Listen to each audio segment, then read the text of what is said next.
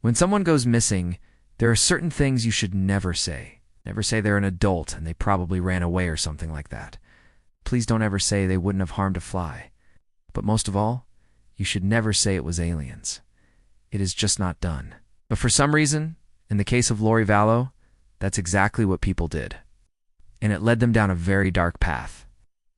So let's take a look back at the strange disappearance of Brandon Boudreaux Bider, Tyler Ryan, and JJ Vallow. It was 2019 when news broke that 2 kids were missing from Rexburg, Idaho. They were brother and sister. Their names were Tyler and JJ Vallow. They were just 7 and 6 years old, respectively. And they'd been living with their aunt Lori Vallow while their parents went through a divorce. The police were called in, but they weren't able to find the kids anywhere in the home. So they asked Lori where they might be. She told them that they had been taken by their father, Chad Daybell. That wasn't true, though. Chad actually lived 3 states away in Salem, Idaho, and he also didn't have the kids. So it seemed like this was a big mystery and the cops couldn't solve it. So it was pretty shocking when they arrested Lori Vallow and her new husband, Chad Daybell. Now, we all know when the police arrest someone, that doesn't mean they're guilty. They just have evidence linking them to a crime. But in this case, the police were pretty tight-lipped about why they thought Lori was behind the kids' disappearances. Now, this next part is really important because it's going to lead us into how one reporter was able to crack the case open and ultimately get exclusive details on what really happened. So the police had a theory. They thought that maybe Lori and her husband, Chad, had killed the kids. This is based on the fact that Chad had recently mentioned that he wanted to leave his wife and be with Lori. And then he bought 8 pounds of lime to put on his property. And if you know anything about how criminals cover up their crimes, you know that lime is often used to hide bodies. Right? So they had a theory, but they needed proof. And that's where East Idaho News comes in. They sent reporter Nate Eaton to follow up on the story.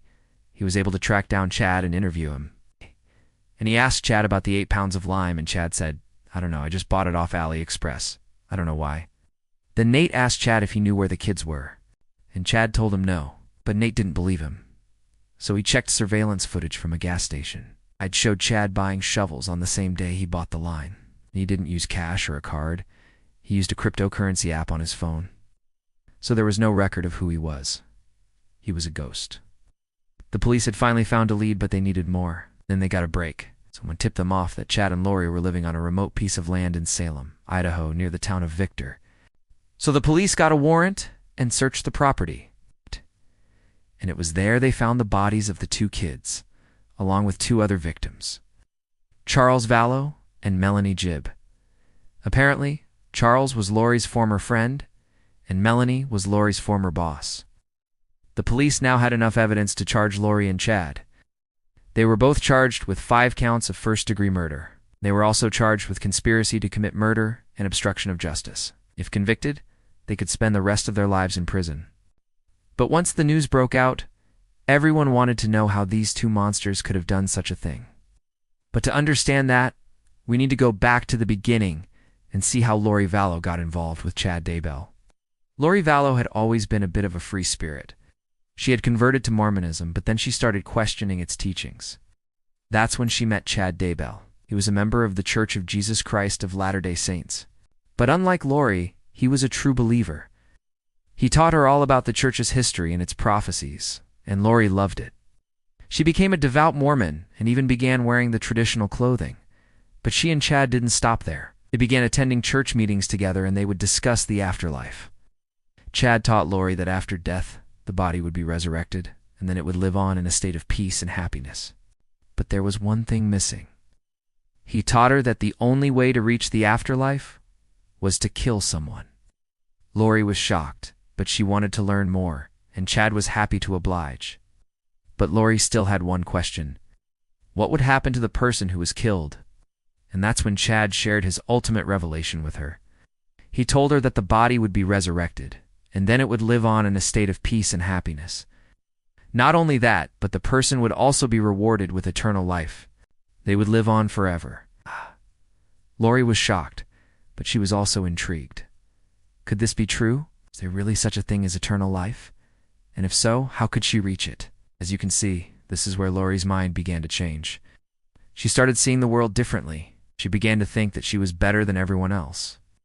She started to think that she was above the law, and she believed that she could do whatever she wanted. And that's when she came up with a plan. she would kill her brother's kids, and then she would raise them from the dead. That way, she would be rewarded with eternal life. Now, for the most part, this is just speculation on my part. There's no way to know what Lori was truly thinking. But when you look at all the evidence, this seems like the most plausible explanation. Lori definitely had help. Her boyfriend Chad was all in on the plan. He helped her kill the kids, and then they buried them on his property. They even made a game out of it. They called it playing the game. They played it over and over again. In fact, they continued playing the game even after the kids were dead. It was during one of these games that Chad made a huge mistake, left his phone at the scene of the crime. That's how the police were able to track him down and find the bodies.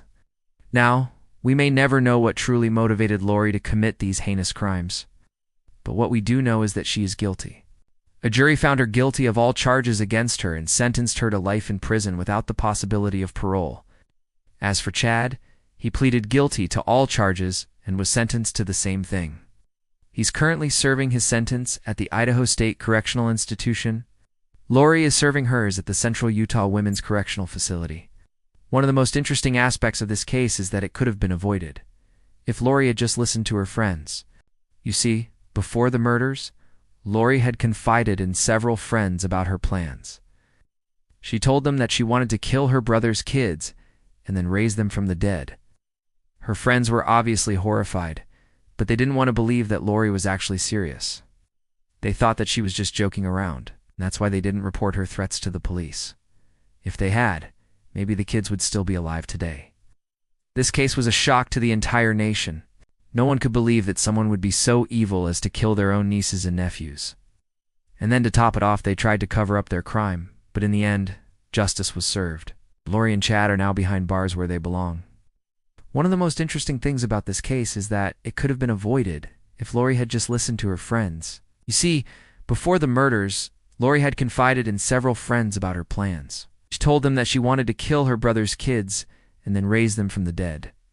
Her friends were obviously horrified, but they didn't want to believe that Lori was actually serious. They thought that she was just joking around. And that's why they didn't report her threats to the police. If they had, maybe the kids would still be alive today. If you enjoyed this video, make sure to watch our other videos. And as always, thank you for watching.